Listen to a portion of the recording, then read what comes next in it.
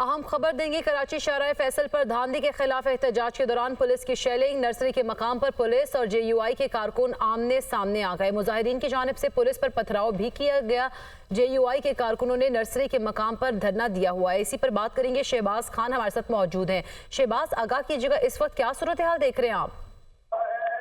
जी बिल्कुल, ये JUI के कारकुनान थे, बड़ी तादाद में अपने कायदीन की क़यादत में बनारस शाहराह फैसल से जो है वो प्रेस क्लब की जानिब जा रहे थे। तो उसी दौरान नर्सरी के मकाम पर पुलिस की भारी नफरी जो पहले से वहाँ तैनात थी, उन्होंने जो है उनको रोकने की कोशिश की, जिससे कारकुनान नहीं रुके तो पुलिस एहलकारों ने उन पर लाठीचार्ज किया और आंसू गैस की जो है वो शेलिंग की, जिसके असर में देखा कि काफी भगदड़ मच गई। यहाँ पर कारकुनान जो है वो गलियों की जानिब भागे और पुलिस वाले उनके पीछे भागे और लाठीचार्ज जो है मुसलसल उनको करते रहे। इसी दौरान कारकुनान की जानिब से भी पुलिस के ऊपर जो है वो पथराव किया गया।